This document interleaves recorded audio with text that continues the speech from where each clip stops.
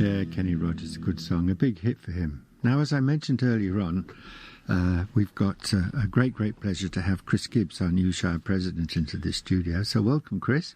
Good morning, Nick. How are you going? I'm very well. It's very kind of you to give up your very precious family time on a Sunday morning to come and have an impromptu chat with us.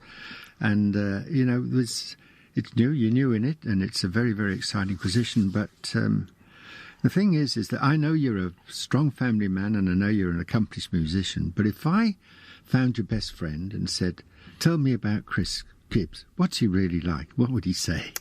That's a good question. Maybe we should go and find a good friend of mine and see what they say. I can only say, the feedback that I get from my friends. I would say I have a fairly close-knit friends circle over time. I met up with one of my oldest and dearest friends last night, in fact, a good friend of mine, same name as you, Mr. Nick Wellstead, and he runs a transport company out of Albany, and divides his time between Albany and Germany, interestingly enough. And one thing he said, because he was obviously very interesting in the developments regarding my new role as Shire President and having sort of ventured into the council space over the last 18 months. And he knows me primarily because I auditioned for a band that he was in back in 1990. Wow. And we've been friends ever since.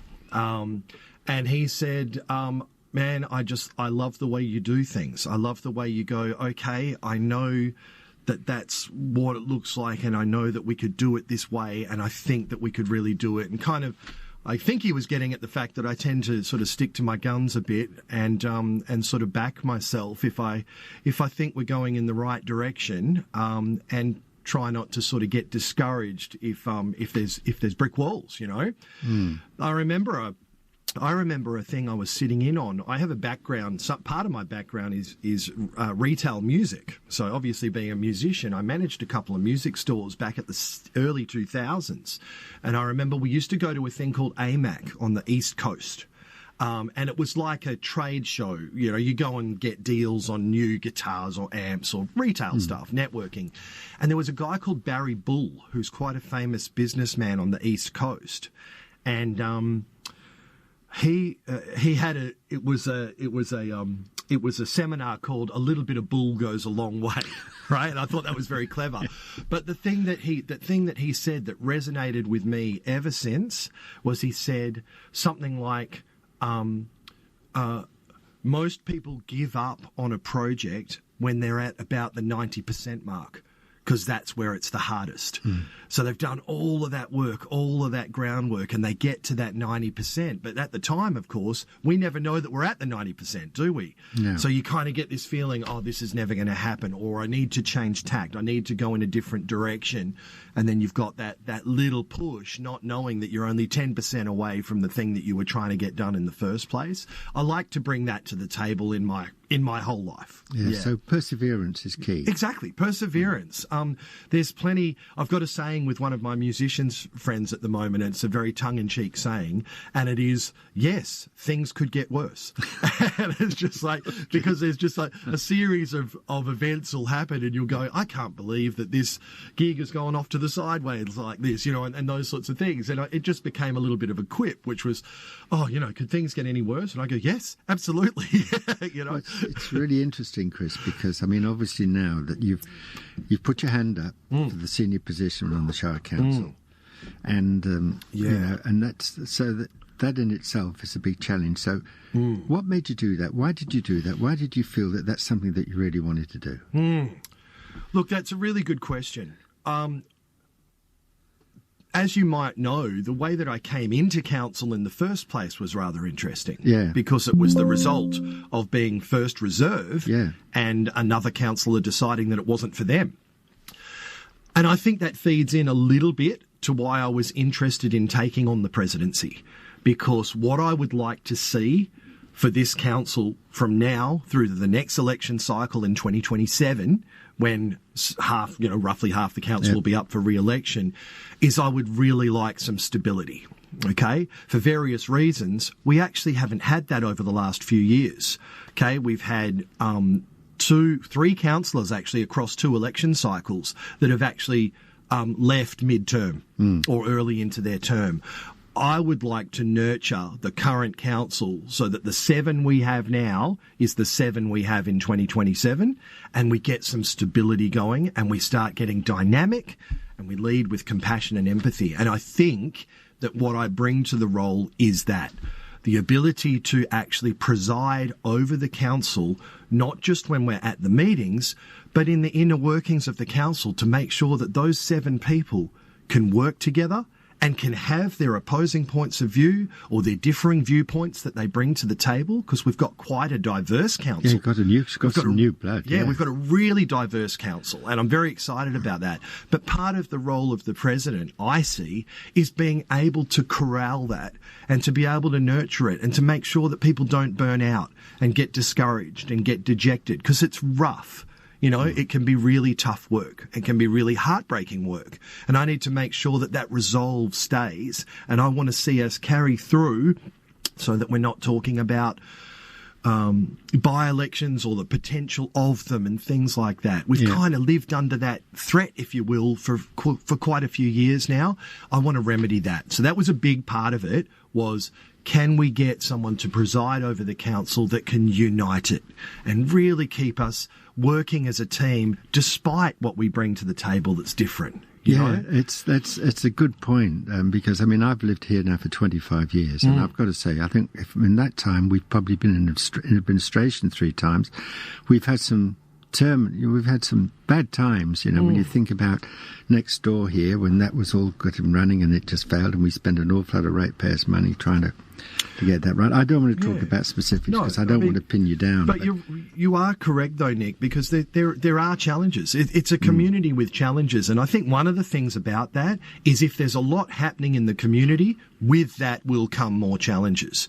So in a way, again, with my glass half full optimistic approach, I'm going, if we're meeting challenges, it's because things are happening. Okay, the great way to not have any challenges is if nothing's happening. That's right. You know, if it's not moving, if nothing's developing, and I'm not into change for change's sake, don't get me wrong, but if there's no sort of movement, progress, if there's nothing going on, that's the best way to not have challenges, right? And I don't think anyone wants that. But it means the flip side of that is we've got to work out, what is our future? How does that thing that we're trying to do fit into our lives moving forward? And I certainly don't want to suggest that the last couple of election cycles have been horrible by any stretch of the mark, but it's just not a fun time when you have councillors who decide that it's not for them and decide to step down, and then you're running one person down for a while. And absolutely. I'm looking so forward to the first time that we sit down as a 7-person council the way that it was meant to be. And I'm really looking forward to having a full complement of councillors making these decisions for and on behalf of their community. And I think that's going to be so exciting, and I think it's going to be really energising for people to see a council that's functioning and working with everyone at the table. Got to be a step in the right direction. It really will. I mean, I'm not being morbid about it, but it's just to see. I mean, we're a tourist town, aren't we? When you think about us underneath, and we're a very, very special place. We are West Australia's first inland settlement. That's right. And there's something that I'm always talking to people about. It came up again last night when I was down in Perth doing some work, right? We've got a very, very, very unique situation here because, yes, we are an extremely popular tourist town. And the reason why we're an extremely popular tourist town is because of our rural background and our rural history and the fact that we are a functioning farming town, right?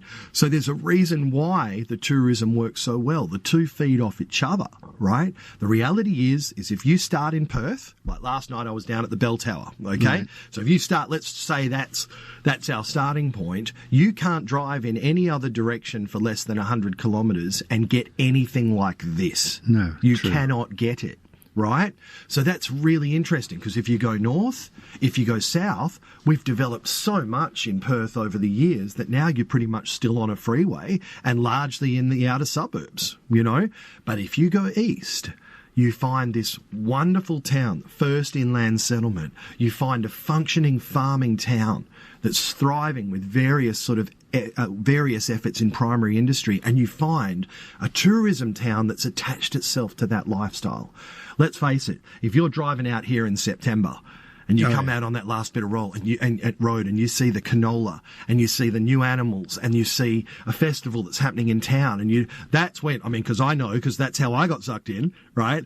I know that's when suddenly your stroll down Avon Terrace becomes stopping at the real estate agent offices and seeing what's on offer, and before you know it, you've moved here. Yeah. It's an exceptional advertisement, and we should never forget that advertisement for our tourism comes largely from our primary industry. That's what's selling it. You know? Yeah. So it's a very unique town to be in. A genuine regional farming town with hundreds of years of history, less than an hour and a half from the capital city. Yeah, it was brilliant. I'm glad you feel like that, because it's a special place. And, rightly, and I think as talking to Michael Watts, our local real estate agent with Michael, said things are selling in York, bang. People are moving out and they're seeing the advantages of being only an hour and a half from Perth. Absolutely. And people, we use the term tree change instead of sea change, and a lot of people are into that. And there are still, despite the fact that real estate in Australia is obviously in a sort of a period of growth that you would think has to eventually sort of tail off. It has to, right? One would think but the so. fact of the matter is, if you compare things to closer to the capital city, out here there's wonderful opportunities to be had for people who want that tree change, and who also have a budget that might be, even by today's terms, a little bit more modest. I'll tell you a quick story. When my family bought our house in York, the one that we're still in, that was at the time the last house available in York, because things even back then, things tend to sell pretty fast. And we'd had a couple of minor disappointments on a couple that we really wanted, and we'd missed out because competition's pretty high, as you know, when a good deal comes up. And it was my wife Jen who said, "Look, there's one house left. We should go and look at it." And I was a little bit sort of, I feel like we're doing that for the sake of it. It's not the one we wanted. And she said, "Look, we need to get back on the horse." And she was right, because when we went to that house, it punched well above its weight compared to its photographs. And suddenly we were in it, and the next day we had our offer in. So yeah, at the time though, it was the last available house for sale in York. Everything else had gone on offer at the time. Okay.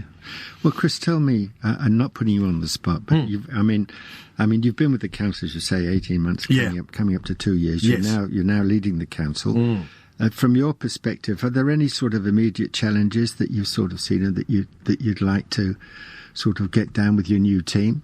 Okay, well, I know you've got to get a new CEO for a start. So that's a big challenge. Yeah, well, we should have a quick talk about that, because that's a really interesting process, and we've technically started the process. So what we did is our 3 brand new councillors, plus Deputy President Smythe, plus myself, all attended the Wolga last Monday, and that was for the CEO recruitment training course. Right. Now, Deputy President Smythe had already done that in the past, but there's a few different sort of parts that have been added to it.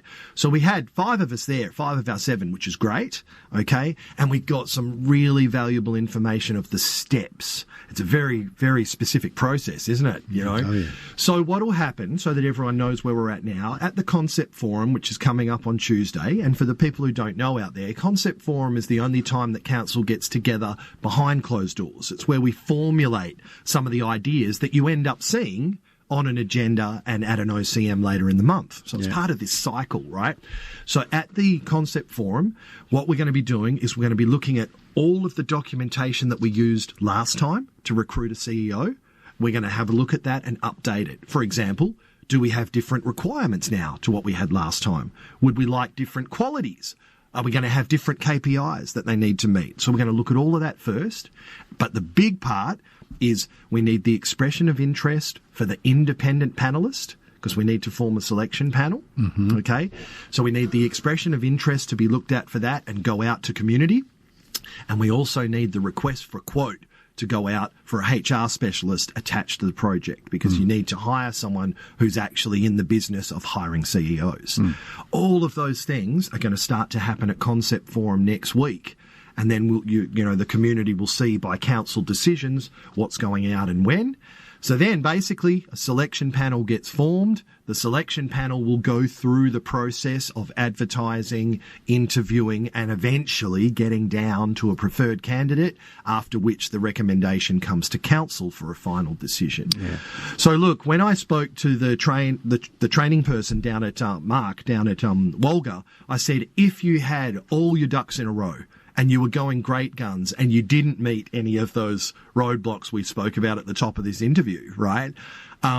What's reasonable? And he was saying, well, realistically, if you were starting today, right now, this is Monday, October, if you've got someone in March or April, you've done exceptionally well. So this is a process that 3 months. Yeah, and don't forget the major decisions that need to get made have to be made by council. So a way that we could look at that, of course, is instead of waiting till an OCM, if we want to hit the ground running on certain things, we could always call a special council meeting just to make decisions on the CEO process. That's not out of the question. So you could go, yeah, we need to make a decision on this next step, but the OCM is 3 weeks off. There's no reason council couldn't have a look at that, call an SCM and make a decision to move the process along a little quicker. Yeah. But we'll have to discuss that on Tuesday night and see how everyone sees this shaping up. So that's our number one thing for this new council, is one of the biggest jobs you can imagine, because a CEO is a 5-year contract, then an optional second 5 years before you have to, by law, re-advertise. And of course, your existing CEO is allowed to reapply at that point. But if we take it back to that first part, the person that we eventually get to is going to be at the helm, all things being equal, for 5 years. Yeah. That takes us right up to our bicentennial. So it's going to be a crucial sort of time for York. It's going to be an exciting time for York, and it's going to be a really big thing. So the first thing that council is really, really looking at is we've got to get that process moving. And just so you know, and so that everyone out there knows, you might say, well, why didn't the process already start? Because the previous CEO left on the October 17th. Well, as some people might know, you go into caretaker mode when there's an election. Yeah. So we wouldn't have been able to make any decisions on it for all of September, which knocks out October anyway, because you're waiting on a new council. The other thing is when you think about it, it's more fitting that the new council goes through this process, because the new council is who's going to be working with the CEO for the next 5 years. Yeah. So that's our big thing. That's our first thing. But drilling down to council itself, what I really want to work on is support and training. So what we've got planned for our new council is more training and support than I've ever seen before. And that people who have been around a lot longer than me are saying the same thing. So we all know that you have to do some compulsory training through Wolga. They're all doing that. They're all going through that. You do it at your own pace, and it's all online. But we're talking about workshops, face-to-face workshops, additional workshops where people give up some extra time to go down on, a Sunday, for example. Let's run a couple of scenarios. We're going to do practice meetings and things like that. Because what I don't want is I don't want a councillor who's new and fresh in and has a really great idea. I don't want them getting to the table, as it were, at an OCM and sort of being a little bit overwhelmed because of all the procedural things that happen if you find yourself going into debate, if you're going into bat for your idea, or you're going into bat for a decision and those sorts of things. I need to make sure that their voices are strong when they go into those things. So we're going to run scenario-based training in the background to get people used to those sorts of ideas. So more training and support than we've ever had for a council. And I think that's going to be really important in terms of my goal to make sure that we don't have turnover before terms are up, and we really have a solid, united council moving forward. Okay, so you obviously agree then the CEO should really be a resident in York. Legally, that is not something that anyone can say. I know, but it's... the reality is there was a lot of talk about that at the training session. Okay, we were there with some other local governments, and the reality is there's always that sort of element of should the CEO be this, should the CEO be that, and those things. But we do need to be aware of the Equal Opportunities Act as well. Okay, but don't you think it's an advantage though? I mean, if the CEO actually lives here, he's part of the community. I think that it would be unfair to say that. Yeah, look, I think you could think of some advantages there. I mean, it's just like, there's a huge advantage to living in York if you also work in York. That's something that we could definitely say. But the reality is then I put it back the other way and think, what about all the people who live in York and are wonderful assets to the community who don't work here? And they go out of town to work. So they should have the right to do that as well. Yeah, I understand. You know what I mean? Yeah. So it's a challenging one, and I can see why we would go, oh, you know what? That's something that would appear advantageous. It isn't something that you can actually ask for, of course. I think that York sells itself, and I think that will play heavily into the candidates' minds, whoever applies for the role. Yeah, that's good. Well, you've got a lot on your plate. Yeah, because when you think about it, there's one of the things that's going to be really interesting about recruiting a new CEO is that there are several major projects that are already underway. So it's not a matter of finding a ball and kicking it. It's a matter of handing the ball that's already this is in where play. we're at. We need your advice. There's the finish line. You've got to keep going. You know what I mean? So a new CEO really is going to come in with several major things that are already in process and have to pick up that and get them to the finish line, So there's interesting things, isn't it? Because there would be, okay, what does a potential new candidate bring to the table that might give us exciting new opportunities versus the capability of carrying through the decisions that have already been made, because the community is relying on the council and the administration to get those things over the line we said we were going to be able to do. And council and CEO, the critical relationship is critical because council, my understanding is that they tell the CEO what they want to do. The CEO has got to tell them how to do it legally within the Act. That's bottom line. That's the bottom line. And if anyone is interested in local government but doesn't quite have an understanding, yes, the CEO is the only person that the council hires. The only one. Yes, that's right. He hires everybody else. Everyone else is out of council's purview, as it were, right? But the CEO is the one person in this whole local government thing that the council actually hires. And you're right, the council guides the CEO, and the CEO provides guidance in terms of legalities and manages the business and things like that. Yeah.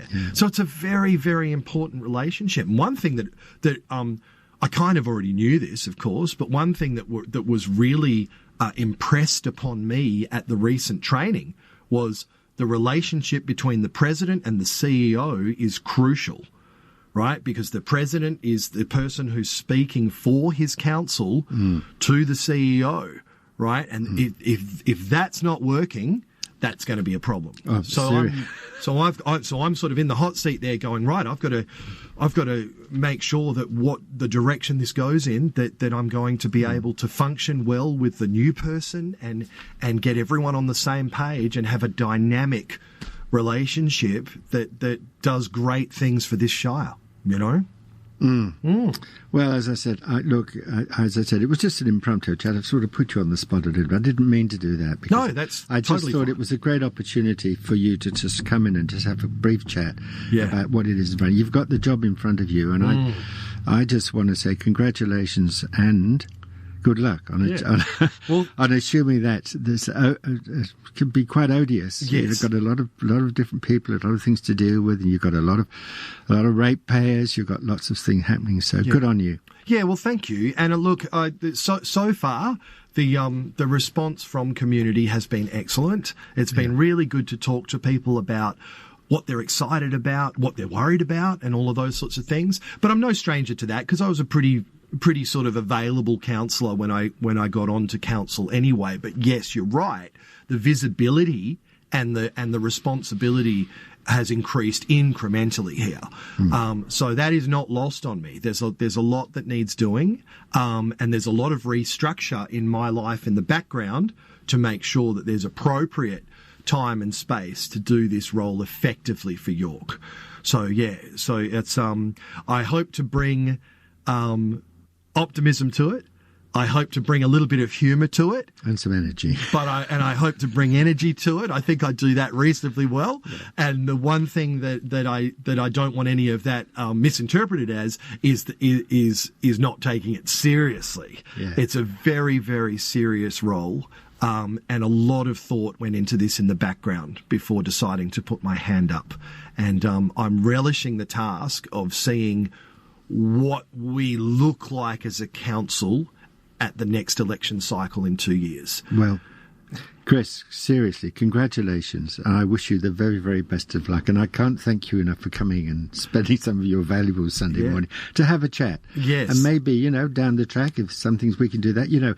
To me, the only reason I'm a sort of volunteer here, because I think we are privileged to have a community radio station. Yeah. When you consider that, the role part that we could play, warning about fire things, warning about lost dogs and cats, all the simple things the community needs. Absolutely. I think so our relationship with the Shire, for me, is critical. Yeah. Because, we lean on you from time to time. And that's right. And the reality is that when you think about, and that I've got a history in radio and a history with this station. Yeah. The reality is if you actually look at the Avon Valley, we're it. Voice of the Avon is it, sort of thing. There are other towns, wonderful towns close to us that for various reasons have not been able to keep their community radio going. We have, sort of thing. So this station is vital because, radio does things that no other medium can actually do. Right? And it comes across as, you might sort of, but I can listen to Spotify and all those sorts of things. But you can't hear a voice on the other end telling you what's going on right now. No. When you've got self-curated playlists and things like that, what happens? You end up in an echo chamber.